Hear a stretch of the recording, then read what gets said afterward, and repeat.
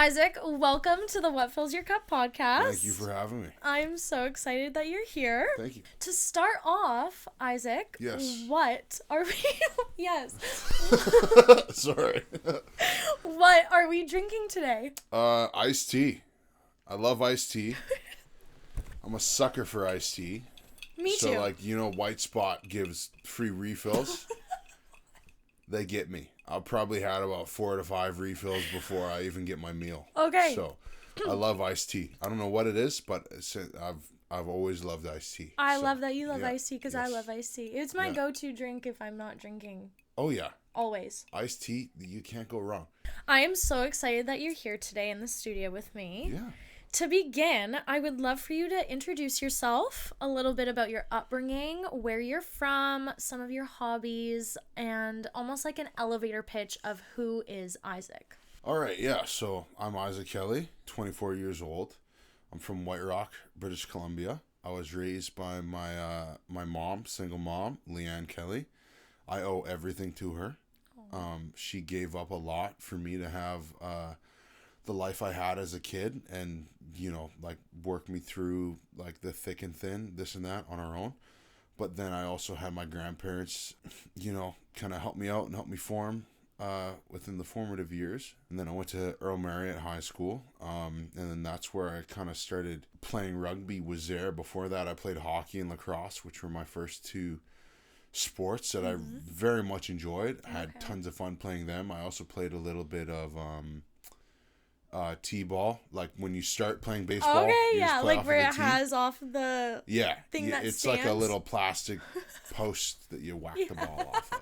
Yeah, It's like and whack-a-mole. so I played t-ball. My mom took me out of t-ball because I would just be they'd put me in the outfield, and then I was just chewing on the leather of my glove because I was bored.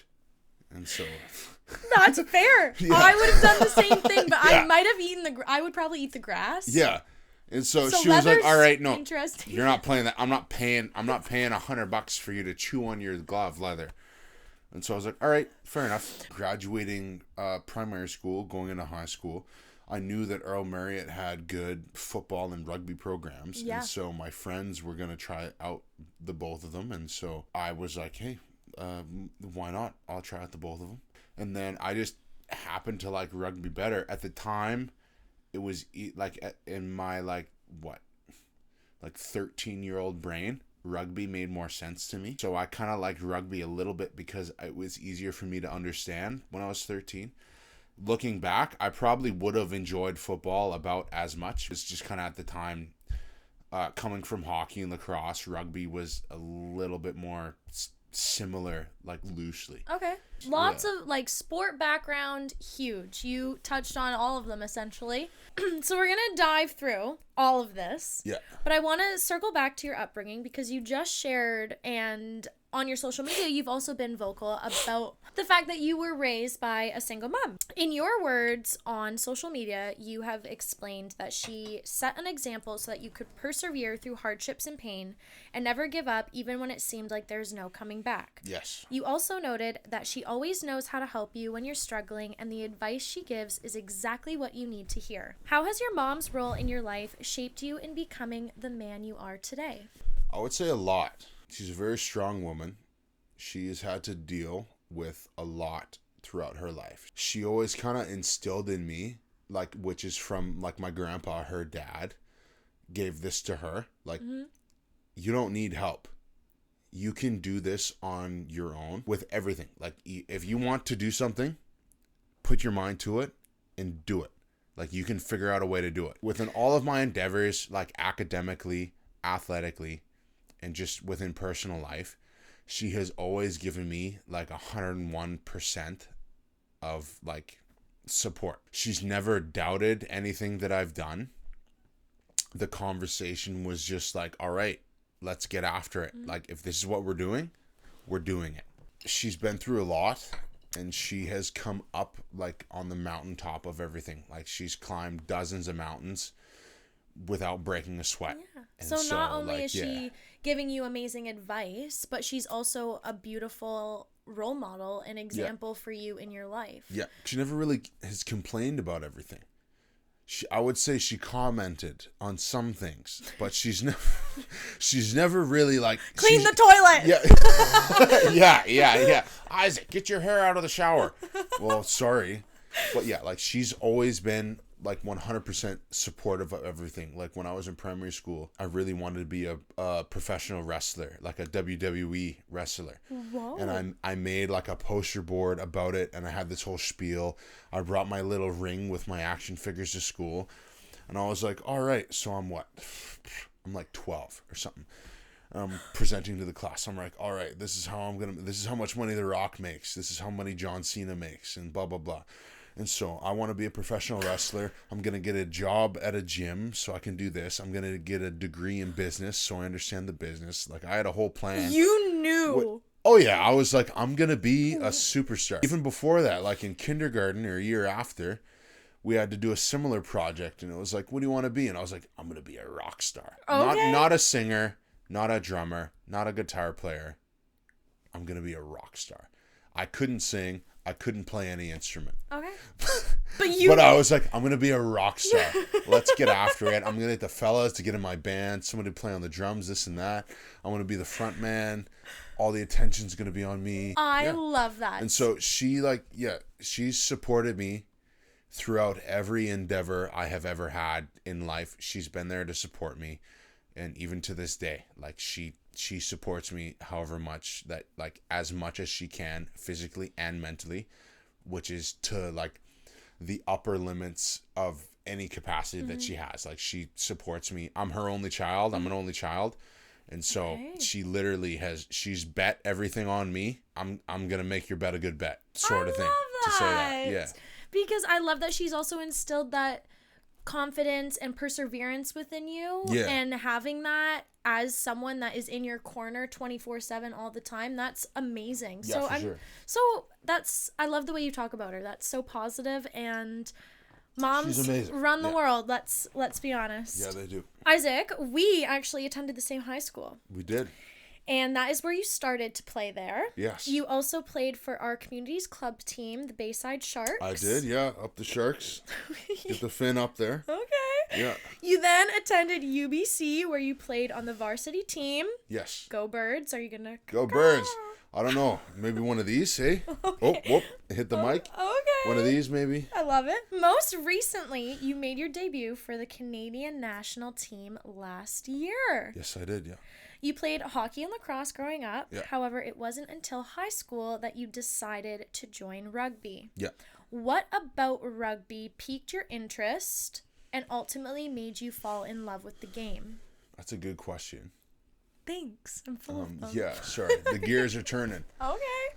I would have to say, like, part of it would have to go to, like, my high school coach, which was Adam Roberts, Robo. I had an interview before, and I said, like, something along the lines of, like, I don't know the ingredients he has in his recipe, but whatever he puts in there is beautiful. Like, he knows how to make, like, people enjoy the sport itself. And so from that enjoyment, you go on to whatever, if you stick with it. And so I personally had the goal of, like, I wanted to play for Canada because I thought it would be a cool thing to do. Mm-hmm. But the little seed of that was planted from Robo instilling the enjoyment of the sport. Robo did an amazing job of making you love the sport and have enjoyment of the camaraderie. That's great that Robo could implement that excitement into the sport for the kids that had no idea what it was. Because in elementary school, we didn't have rugby. No. Ever was not an option as a sport. No. So it is high school that it's like, we got to recruit people. Unless you're from like a rugby family, yeah, you wouldn't know what rugby was. Like even in elementary school, I had no clue what rugby was. But I knew going into high school, I was like, I'm going to try it out. So you mentioned your goals of when you started playing rugby, you wanted to go and play for Team Canada or represent your country in the sport. Mm. Did you ever think that you would have the opportunity to represent your country on a world stage when you first started? To be honest, no. So how it started, I started EMS and I played for a couple of years, and then my friends were like, hey, like, we play club for Bayside, basically. Up the sharks, eh? Get that fin up there. Proud shark. I'd maybe played for 1.5, 2 years at EMS before I discovered like the rugby, like club rugby. Mm-hmm. I kind of went out, tried it out, and then it was the same. It was like, it's not really much different. It's still rugby. And so I went out, tried it out, and I was like, yeah, I like this. And so I started playing for Bayside. I don't really remember like a prompt per se that prompted me to try and achieve like higher honors. It was more just I think proving to myself that I could play at a certain level, maybe. Yeah. There's this thing called the PRCs, which is like the provincial regional championships. So coming off of playing club, it was like, hey, PRC season's coming up. All my buddies are doing it. I'm going to do it for fun. Yeah. Playing Bayside, and there's a rung up, which was the PRCs. Okay. And so I played the PRCs, had fun there. And then at the time when I was playing, you'd play PRCs, and then that is how you would get scouted. You get scouted to the provincial team from the PRCs. And so I think it was my second year playing PRCs. I got scouted by the Canada coaches. Like, we had a tournament in Calgary, which was, I would say, like my breakout year. Lots of levels. I just kind of like stumbled into it, to be honest. Like, I once I caught a whiff of being able, like my U16 BC team, which was the first time I made BC, I was a non-traveling reserve, and then somebody got like sick or something, and they weren't able to go. And so I got a phone call from the coach like, hey, Isaac, he's got like an infection. He's not able to come. So we're bringing you. And so I made that team. And then I've always looked at it. One of the coaches at the time, Greg Cargolini, told me, he was like, listen, make the most of what it is. Whatever time you get, that's the time you get. And so I keep that to this day. Like, no matter if I'm starting or if I'm coming off of the bench, it doesn't change how I play. I'm going to play as best as I can, and I'm going to make as much effect on the game as I can. I will say, I feel as though with that mindset and that mentality going into every time you step on the field, that has what has also allowed you to see as much success as you have. Yeah. And being selected to represent your country is a huge accomplishment that few people ever have the opportunity to do in any sport, for that matter. So what were some of the emotions that you felt when you got selected to be a part of the team? Cries. No, that's a good question. Like, it was kind of incremental for me. Well, I was elated to be there, but then I do this little mind trick. Okay. So like when I get nervous, I tell myself that I'm just excited, because I am. Like, when you think Mindset about shift. it, I like it. it's like, and so like even like going back to like my first, like my under 18 game for Canada, and I carry this into all my games for Canada.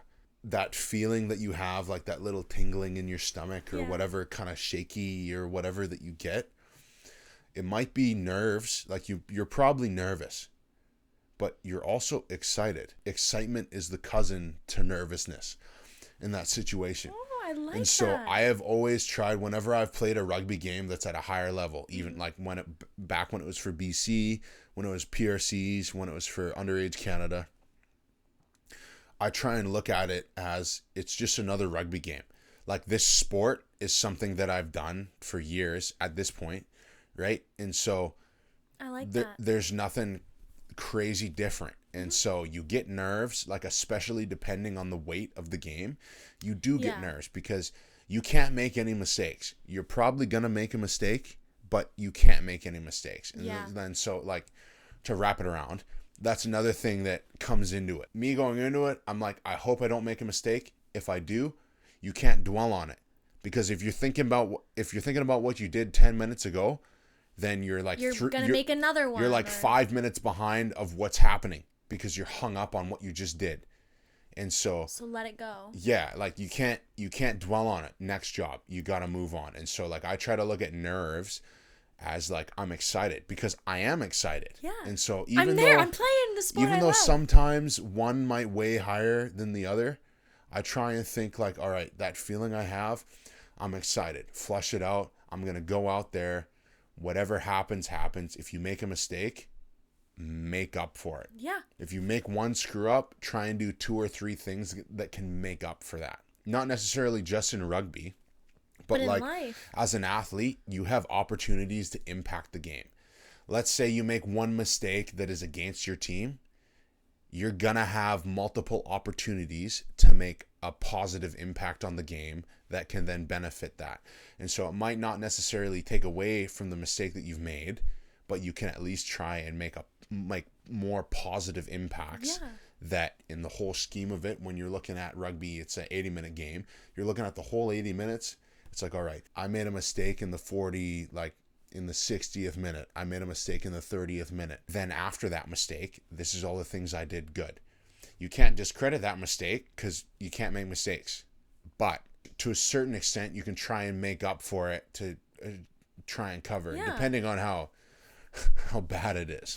You're asking about nerves and like feelings going into it. Like my first proper capped game with Canada was against Tonga, which is a very they're pretty big team, very physical.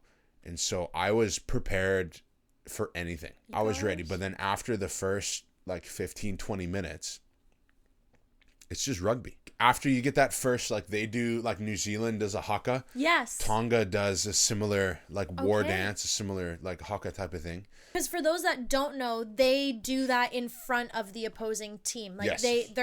It's their chant or I don't want to say chant or cheer, but basically, historically, I believe, I could be wrong, but I believe, at least in the, New Zealand, the Maori culture, it was a war dance they would do when they were going to war with each other and the other tribes, for lack of a better term. It is kind of scary being on the in the area. That. They're going out there. Once you learn what they say, it's not as scary, but it still is intimidating loosely. They're but yelling for me, in your face. I was like, oh yeah, sing that song. I'm ready. I'm ready. Okay. I'm up for it. I was more so I went out onto the pitch. We do the national anthem, which is an unreal feeling. There's no feeling like that. Singing the national anthem with all the fellas. Yeah. That's so and then cool. Tonga did their national anthem, and then they did their haka, and I was just I'm ready. And then after the first 10-15 minutes, it was showtime. It's just rugby. Yeah. Sure, the level and the importance of certain things and this and that, and the stakes raise, but it's still just rugby. Yeah. At the end of the day. And you're doing what you love, so that is all that matters. Following with Team Canada, and I do want to say, what an amazing opportunity to be able to travel around and experience those experiences. But as a new player on the team, what are some of the best pieces of advice you've received from fellow teammates that have been in your position before? There's a lot of advice that I've taken in and that I've kind of incubated and thought about. But in terms of the biggest one that I've taken away from to remember is that first game I had, which was uncapped in Brazil, both before the game and when I got checked in and went on. This one fellow was enjoy it, just enjoy it. Mm-hmm. And so in terms of advice, it's maybe not great advice because it doesn't really help you strategically. When you're at that level, you sometimes forget that it's if it is something you love, you sometimes forget, I love this. I have fun doing this. And so it's I never know, I have 7 caps for Canada. Every one of those times could have been my last time. And so, and it's enjoy it. For as stressful as it may be, for as difficult as it may be at times, you're gassed, you feel like you can't give any more, but you got to give another 40 minutes. You got to give another 30 minutes. Enjoy it. Yeah. So I would say that is one of the, at least what I happen to have taken away from some of those experiences. So playing on a world stage can be a very anxiety-inducing experience. How do you, IZZAK, mentally and physically prepare yourself for those moments? I'd say it calls back to it's just rugby. And so I don't take for granted the opportunity. My name happens to have been called to represent the nation in this sport. Remove that pressure, you're just playing a rugby game. When you really boil it down to it, it's I'm just playing against another team that's great. I love music, and so depending on how I'm feeling, I have a myriad of playlists that I'll use depending on how I'm feeling. Sometimes I want to kind of be chilled out. If I want to get chilled down, I have a playlist where I'll kind of chill out. Mm-hmm. I'll listen to a bunch of oldies, kind of. Or if I need to get fired up, I have a playlist to get fired up. I have some songs that are like, that make me think of my mom. I'm a big family guy. And so thinking about family, and it's like, I'm representing my family at this level of stage, and then I'm also representing Canada. It's the men's team in the last little bit. We've gotten a lot of mixed reviews, I would say, to put it lightly, from the fans. We got to give people a reason to root for us. We got to give people some hope. We're representing the country. We're not at war. We're not at this and that, but we're playing a rugby game, and in this small moment of time, we're representing the country. That's good motivation. Whoever's selected for that team, from the coach, from his decisions and from what he sees fit, we are the best group of rugby players in Canada at that moment in time. That's a lot of what it means to me, is I try to remember, like I try to appreciate the moment. And then once the whistle blows, that's all gone. And I'm focused on my job. But leading up to that, I'm taking in the moment, because it might be my last time there. Hopefully it isn't. But that might be, that might be my last time there. Yeah. And so it's not like, I don't take for granted the fact that it's like, this coach didn't have to pick me. That it's like, this is my opportunity. Give them all you got. So Who cares? Very like, motivational. Yeah. You know what you know. Hopefully you don't make a mistake. If you do, make up for it. As they say, it's a big adage. I'd rather you make a mistake at 100% than screw up at 50%. Yep. Because at least if you make a mistake at 100%, maybe you think you're right, but you're not right. But at least you're going 100% or 110%. At least I know I was going. Like, I know I gave it my all, because that is the worst feeling. Like when you're at halftime of any game. Like, this is not just for Canada. Like with any game, for when I played for UBC or in high school, the worst feeling is at halftime and after the game, and feeling like you could have given more. When I go out there, I give it my all. As long as you try your best, even if you make a mistake, even if you screw this up, you screw that up.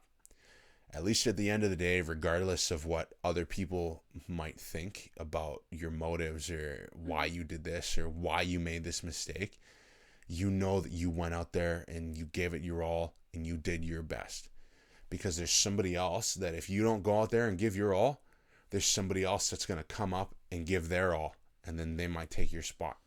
Those are some really good words of encouragement for also even players that dream of wanting to represent their country. Is just trying and giving it your all, and being and knowing that it could be your first or last opportunity to represent your country, your nation, your home. And that's amazing. And I think that's really great advice and encouraging words for individuals that might sit there thinking, I want to do what he does. Someone could be watching this right now. I want to do what he does. How can I do that? And I think you've just answered that in a really beautiful way. And that was actually my next question for you, but you answered it within what was it? Question. What are some words of encouragement? Well, no, like your question. Yeah, words of encouragement. Yeah. Life's too short. Like Life is too short. You only get so many opportunities. Exactly. And so, like, yeah. What was the question? Sorry, it's the fact. Yeah, no, it was you asked me words of encouragement following whatever I just waffled on about. No, for like I love it. 5 minutes. No, it's great. was what you just, like words of encouragement. But they were great. Even if it's like you're stuck, like you're doing an office job, you feel underappreciated, blah, blah, blah.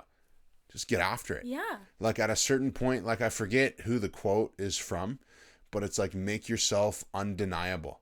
I love that. And I love that you talk about doing your best. And sometimes your best might not be 100%. For that day, it could be 70%. It could be 80%. Yeah. And I want to circle back onto, obviously, you are very aware that this is a men's mental health podcast. Yeah.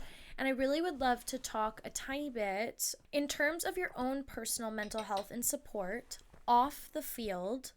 What are some steps that you take to ensure you are taking proper care of yourself? I would say just trying to stay like in tune with myself. Like I have a few different things that I dabble in. In tune. This and wow, there. It all circles back to the rock star. Yeah. I'm just joking. You gotta try and stay in tune. Well, no, it's like, like I have a few hobbies here and there that I do that I don't like. It's if I don't feel like doing it, not trying to go too far off of the end within any emotion.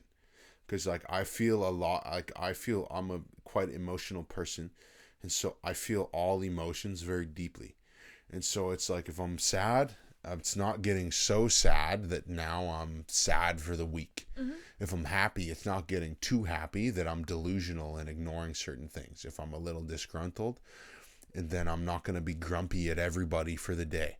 If somebody cuts me off in traffic, I'm not going to be like, all right, well, that's going to carry on for the entirety of the day, and I'm going to be grumpy at everybody. Because people are complicated, and everybody has certain things going on. Yeah.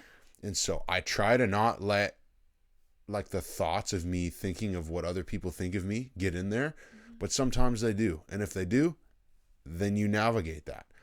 It's kind of like learning yourself and how you work. I try my best to stay neutral and like to control the controllables, as they say.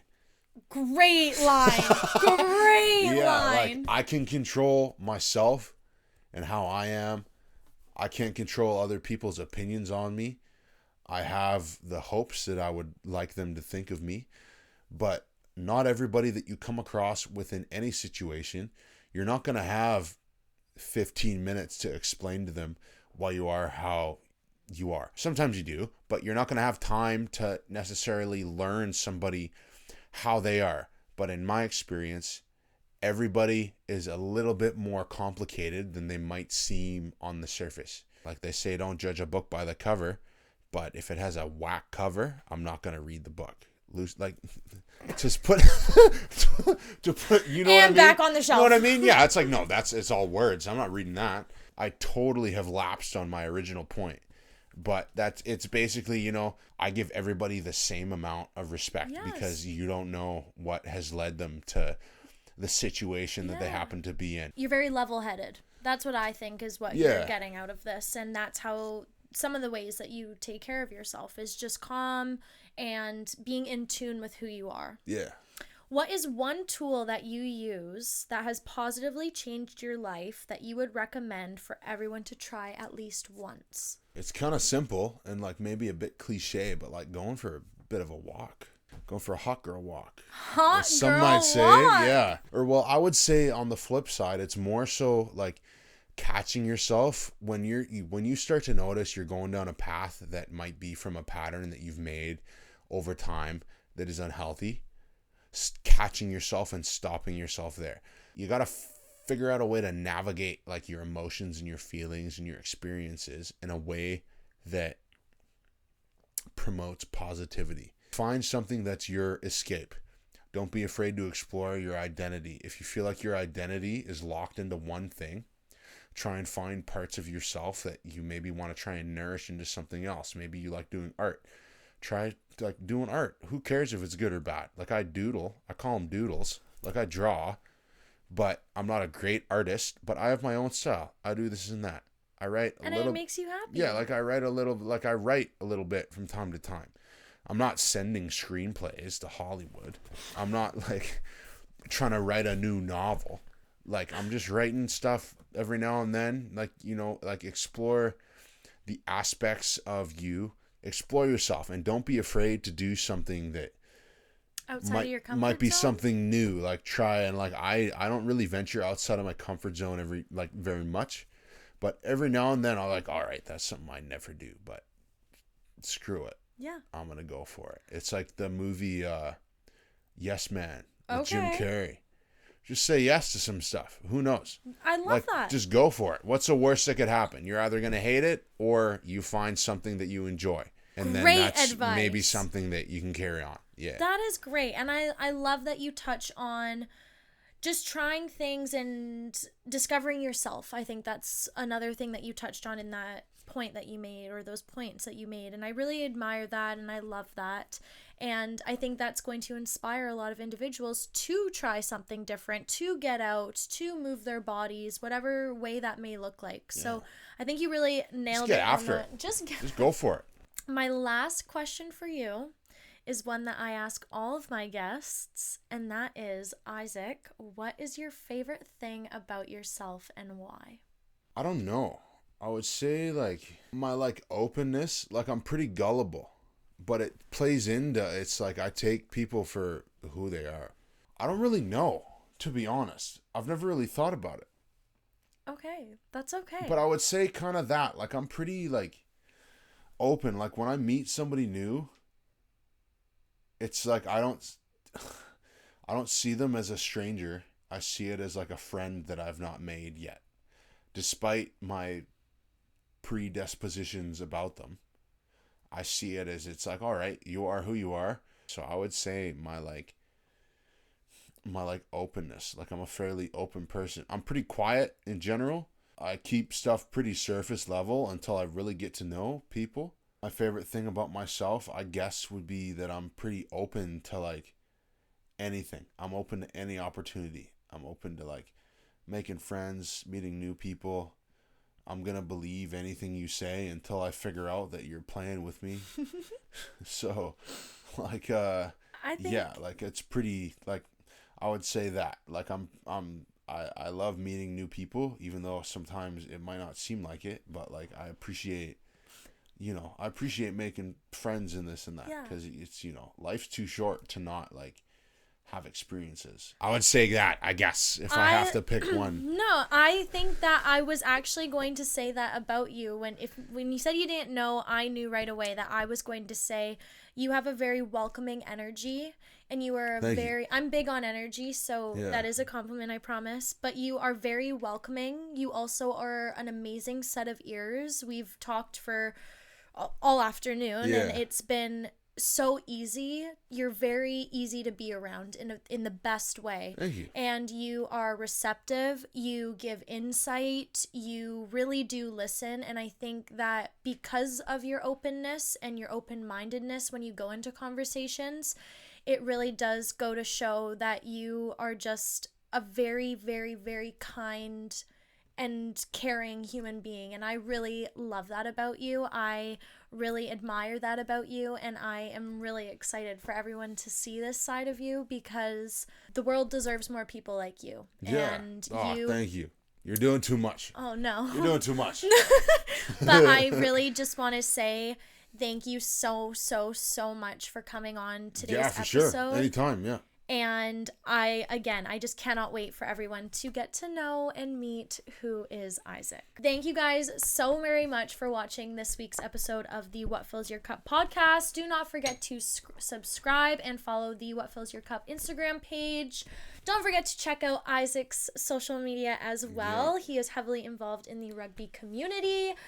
Before I sign off, I just wanted to say, if you have not heard it today, I love you. And do not forget to tell someone you love them, because you never know who needs it a little extra. Yeah, you don't. You never know. You never know.